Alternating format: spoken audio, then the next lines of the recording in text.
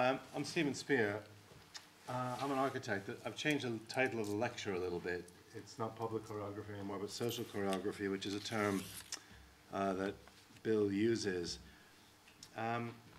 Because I'm an architect, I probably come at the work from a slightly strange angle. I know I'm speaking to people from the dance world, so maybe part of what I'll be discussing today is some things which don't seem very strange to you, but seem strange to normal people. And because I also write about architecture, I started watching Bill's work in 1997, watched it really closely for over a decade. I've written a fair amount about the work, and what you're going to see today is an article which isn't yet finished. So it may be a little rough around the edges, but hopefully you'll think it's worth finishing. This is a plug for my book, but more than that, I'm going to be referring to a chapter in the book I wrote, which is called Choreographic Thinking in Amateur Bodies, in which I looked at 5 projects of Bill's. They're small projects. I hope he wouldn't be offended if I call them exercises, in which he was working. You've heard Peter describe some of them already, in which he's working on exposing non-dancers, non-professionals, amateur bodies, as I call them, to choreography. So, because choreography is a strange thing, really. And if you look at this quote from Bill, which in a way, this is what I've been working on for 10 years, is to try and kind of unpack this quote, is, for people who are not dancers, that's a very odd notion that the body needs to be organized at all. And it's really central, I think, to Bill's career. It's certainly central to the interrogation of ballet.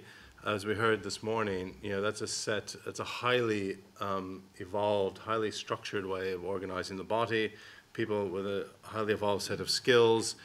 Laban is another way. There's a lot of ways to organize the body. And I guess what interests me there is also that you could read that as a definition of architecture. I'm going to start, eventually I'm going to come to Bill's, when Bill was intendant of the Théâtre Theatre, but I'm going to get there by quickly talking about 5 of these small projects, some of which you've already seen, so I can make that even quicker. The projects, or these exercises, rather, they sort of coincide with a time in the Ballet Frankfurt when there was, the work was showing a growing interest in the audience and perceptual displacement, and blurring the distinction between the performance and the audience. So you had, sometimes the audience was helping to create its own performance by deciding when to arrive, when to leave, where to stand. The performance might take place amongst the audience. Performance would involve real-time video, and even in Endless House, where the audience had to move from, get on the underground to see the second half of the piece. And the first one, as we've already talked about, is White Bouncy Castle. And the interesting thing is that in this big white bouncy castle, there are no collisions, and which is the manifestation of an ordering system, a self-organizing system that involves people drawing on things that dancers draw on all the time, like proprioception, which is the awareness of what one's own body is doing, and entrainment, which is engagement with other people's rhythms. And so things, again, which are part of a dancer's repertoire, and for non-dancers, they have to draw on them, even if they aren't explicitly understanding that they're doing them. And the City of Abstracts we've also seen, but my interest in this is that it's an interest in how we move in and occupy urban and public space. So in earlier versions, you were captured in public space, and that was projected at a public scale. And again, one's engagement with the piece is individually determined. You can ignore it if you choose. You can perform for it if you're so inclined. You can watch it sort of voyeuristically. And of course, by the distortion, that's about making you see things, as we heard also this morning, about making you look harder in order to understand things. And again, these are small pieces which use very simple means to explore some quite complicated things, I think. So, in another version of City of Abstracts, again, where you have to do a double take, really, perhaps, to even know that you're in the piece, and again, where you're offered the choice, the opportunity to participate or to walk on by. And in Scattered Crowd, which we've also seen, where, again, through the simple means of lots of balloons, in normally a public space where you have to navigate your way through the space. So, you know, I won't move for you. I'm an architect, I can't really move. But if you know, you might have to, you know, move around, you know, things or under things and move through a normal so-called public space in a way that draws on facilities, on skills that your body has that you don't even know the body has. And then the last of these exercises is instructions. In a way, a traditional notion of choreography where you are given instructions about how to move. This was part of Nuit Blanche in Paris in September 2003, in which Bill devised 15 choreographic instructions. They were distributed on notice boards, on the screen at bus stops, in a magazine, as a pop-up on a website, on the radio. And so the instructions could, you could follow the instructions in a public space, in a private space, and of course you could choose not to follow the instructions at all. And some of them are really simple. Some of them you probably only want to try at home. And to make even clearer that choreography is not a visual but a physical experience, the instruction cards were also printed in Braille, which I thought was a lovely thing. And they were distributed in public spaces and schools and libraries. So again, this notion, which is why I first titled the talk Public Choreography, the notion that this is actually about introducing choreographic thinking to lay people, but also a lot of it is taking place in public space. And that brings us really to the point of the lecture, which is some of the things that Bill did when he became intendant of the Théâtre Theatre. And the first project, which I'll talk about in some detail, is the interior of that project. This was the first project they did at the Théâtre at Bockenheimer Depot, where they redesigned the interior, and Bill did this project with an architect. And here, I'm going to back up a little bit and give you a little history before I show you another slide. Bill became artistic director of the Ballet Frankfurt in 1984, and then he became, in addition to artistic director, intendant of the company, and the company closed in 2004. He also became intendant of the Théâtre, the Théâtre am Turm, in 1999. Now, I haven't had a chance yet to speak about Bill about why, because he was certainly busy enough with the ballet. But the Théâtre was founded in 1953, and it was one of the most famous theaters in Europe. And it was the opposite of the Staatstheater, which is, you know, a tradition which one doesn't have in the Anglo-Saxon world, I might add, but, you know, is about preserving a kind of bourgeois culture, really. And the Théâtre was a completely, you know, it was a truly avant-garde theater. You had, you know, it was a completely socially and politically engaged theater. It was a real pain in the neck for the city. They tried to close it a lot of times. They finally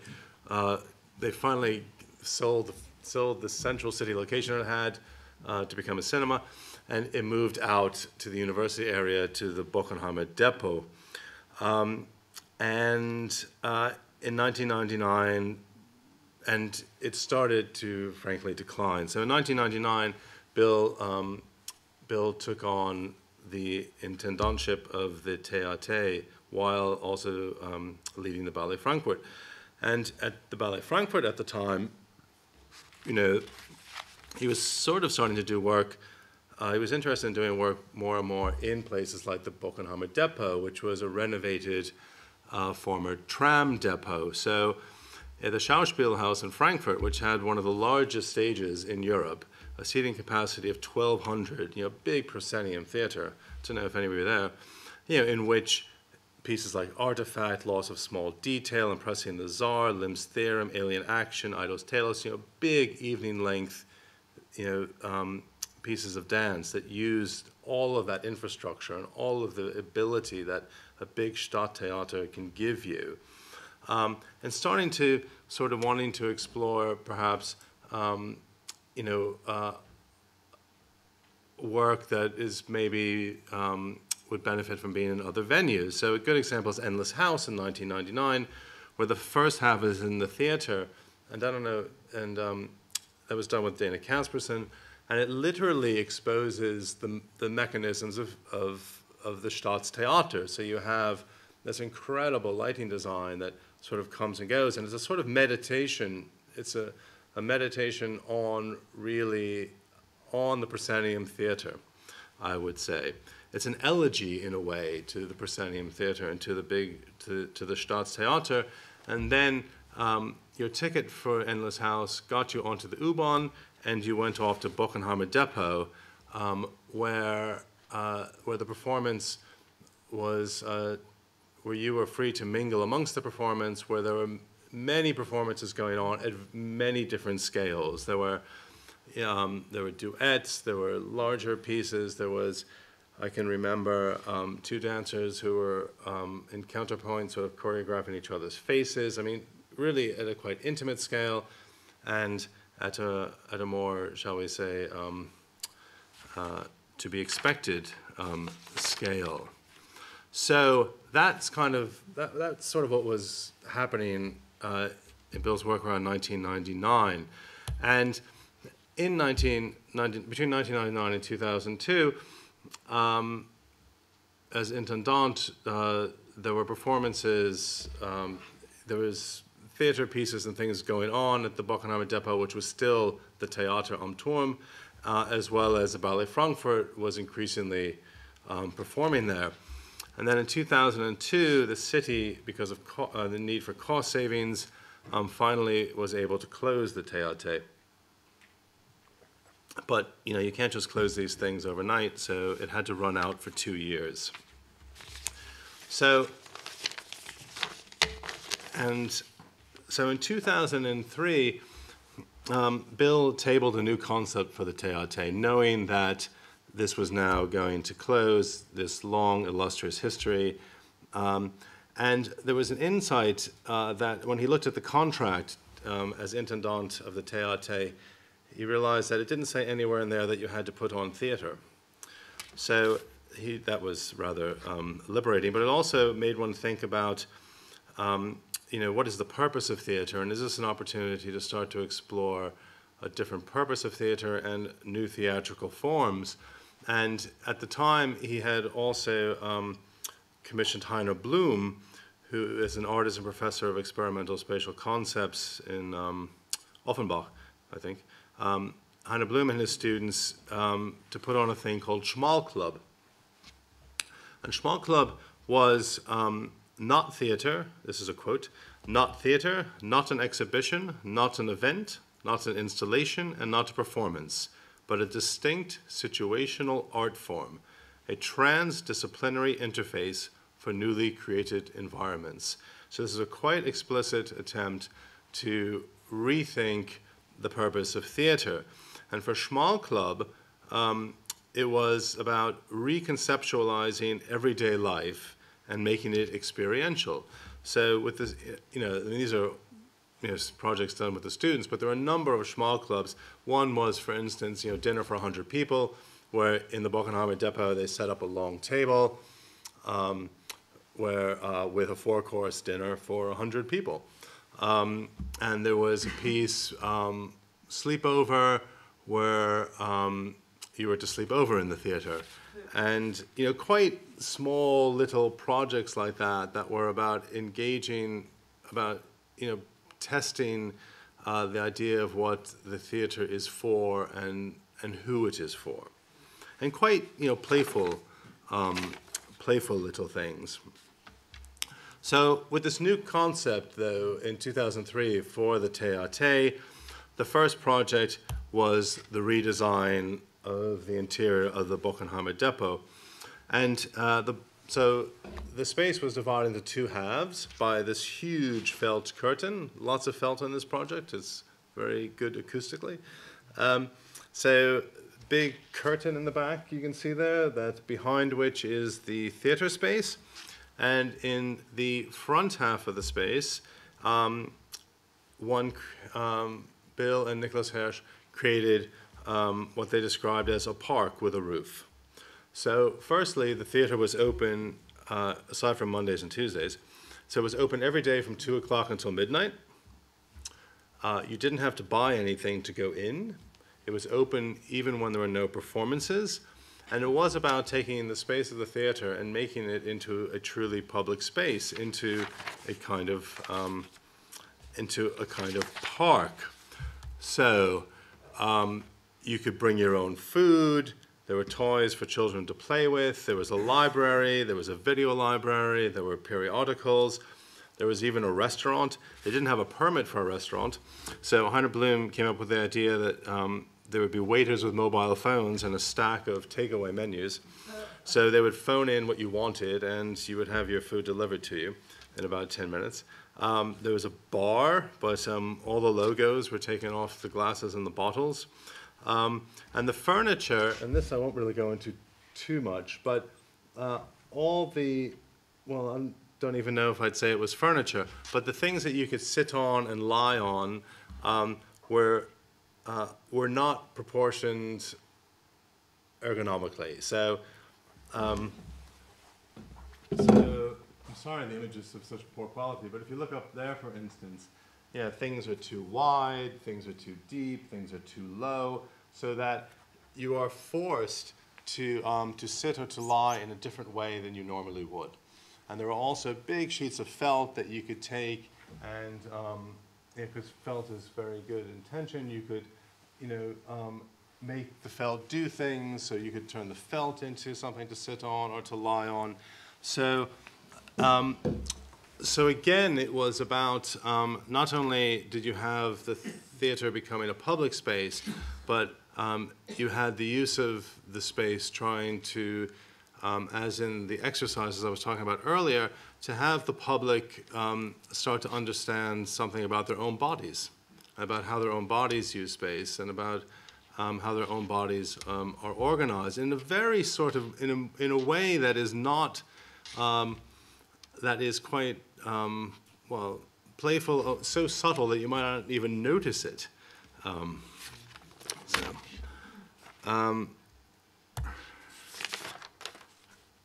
And the idea was that the foyer became a kind of laboratory. It was fully programmed as a theater, but it was also open when there was nothing being programmed, because the program was whatever use the public was going to make of it. The opening weekend was fantastic to be here, in which you would go to the theater, as you might for an event, and there was no event. The event was the space. It was the redesign of the space, so that threw a few people who were expecting to see a performance, but the performance was the space, or they were the performance. And there was also, during that weekend, Hausführung, which is a guided tour, I suppose, where some of the people who had worked on this, including Bill, gave a tour. You could get a tour of the space. It was described, what had been done, why it had been done, how the money, which was public money, how the money had been spent, and again to say that this is actually your space. So that was the opening.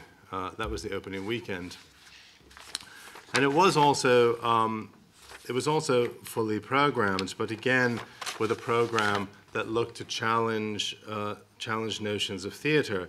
So there was a series of talks, films, and performances entitled Public Life. So as you can see, some of the events are just happening in that front space. Public Life was curated by Louise Neary, editor of Parquet in the 1990s, now a director of the Gagosian Gallery. and who brought in international young artists whose work engaged with cultural and social aspects of public life. So you had Jeremy Deller, Mike Figgis, Barbara van der Linden, Ronnie Horn, Hans Ulrich Obrist. So it was curated with that specific lens on things. There was a music and lecture series entitled Under Construction. There was a lovely piece, which I didn't see, called Te am te sucht das Glück, in which this artist went around with his van that was all painted. Sucht das Glück is, looking for happiness, in which he went around asking people about, about their own happiness, and then coming back to the depot to exhibit, what he had found. So he was, looking for, searching for happiness. And Heiner Bloom's students also did some Schmal Club type presentations. There was an afternoon, for instance, when they were offering free haircuts, which I also missed. And then that was the first. That was the spring, right? Then there was the summer. The depot was occupied by other companies, and then there was the final season for the Theater and for the Ballet Frankfurt at the same time. So, and this is really probably almost impossible to read, but what it is actually the schedule for the Theater, and why I've put it up is because even though you can't read it, probably what you can see is that it is a calendar. And what you can see is that aside from the Monday and Tuesday when the depot was closed, there is something going on all the time. And the attitude really was to pack it in, to really just do as much as one possibly could in the last 4 months of the Theater. And it was Warum erst jetzt is Why Only Now was the title of the piece. Louise Neri was brought back to curate these 4 months, and the emphasis shifted a little bit from international young artists to an emphasis on Frankfurt's art and performance scene, and mixing that or working those people in with people who are also known internationally. So in the July before the final season, there was an open call. Was called Spiel unter Druck, or play under pressure. You could submit a proposal through this open call. The open call was put on lampposts in newspapers to say if you have something that you think should be produced, send it in, and we will choose some pieces to be produced under this part of the program. And sometimes those people got to work with artists that Louise Neri had brought in. So an incredible density of events looking at the social and public notion of theater. And really all you can see here graphically is that there was something happening all the time. There was a piece by Richard Siegel. There was a live mix by Mike Figgis of Time Code. There were films shown like The Shining. There was a live radio show from, in German, the Windfang, which I don't know what that is in English, but the space, there's, it's like the foyer. It's the space between the double doors, and it's where you. So in that space that you usually just pass through to get into a theater, they had a radio station set up that they were broadcasting live from. You had Arta Lindsay put on a concert. You had ballroom dancing. There was a benefit concert with the proceeds benefiting young people who had just got out of prison. And there was a big project entitled City of Culture with Jeremy Deller, the theatre maker Vivian Newport, and the choreographer Joanne Endicott that reacted to the fact that 170 nationalities live in Frankfurt. So again, 4 months really trying to look at this public notion of theatre and of the space. So I've tried to stay within time, which I think I've done. So that's not quite finished because it's a little difficult to describe everything that was going on because there was so much going on at the same time. Not to mention what was going on with the Ballet Frankfurt. But I guess what really interests me about the project with that was the Theater, is that it reflects certain interests in Bill's work that that are more explicit in the théâtre than they are perhaps in some of the choreography, and explicitly, which are in the work, but they're more explicit here, I think. And it's about challenging notions of theater and performance, which you could track through the Ballet Frankfurt work easily. Engaging with people beyond the dance world and the dance audience, beyond the theater world and the theater audience, to to really question fundamentally what those worlds are. And lastly, a really political statement, I think a very clear political statement, which might surprise some people, about public good, about public space, and about what theater and performance are really for. This morning, Dana was talking about that you can dance by yourself, but a performance is a different thing, and that, I think, is just the beginning of an investigation of what theater and performance are for, and in this case, being very clear that they have a social, sometimes even a political meaning and importance. So, and that was 25 minutes. Okay, thanks a lot. Any questions?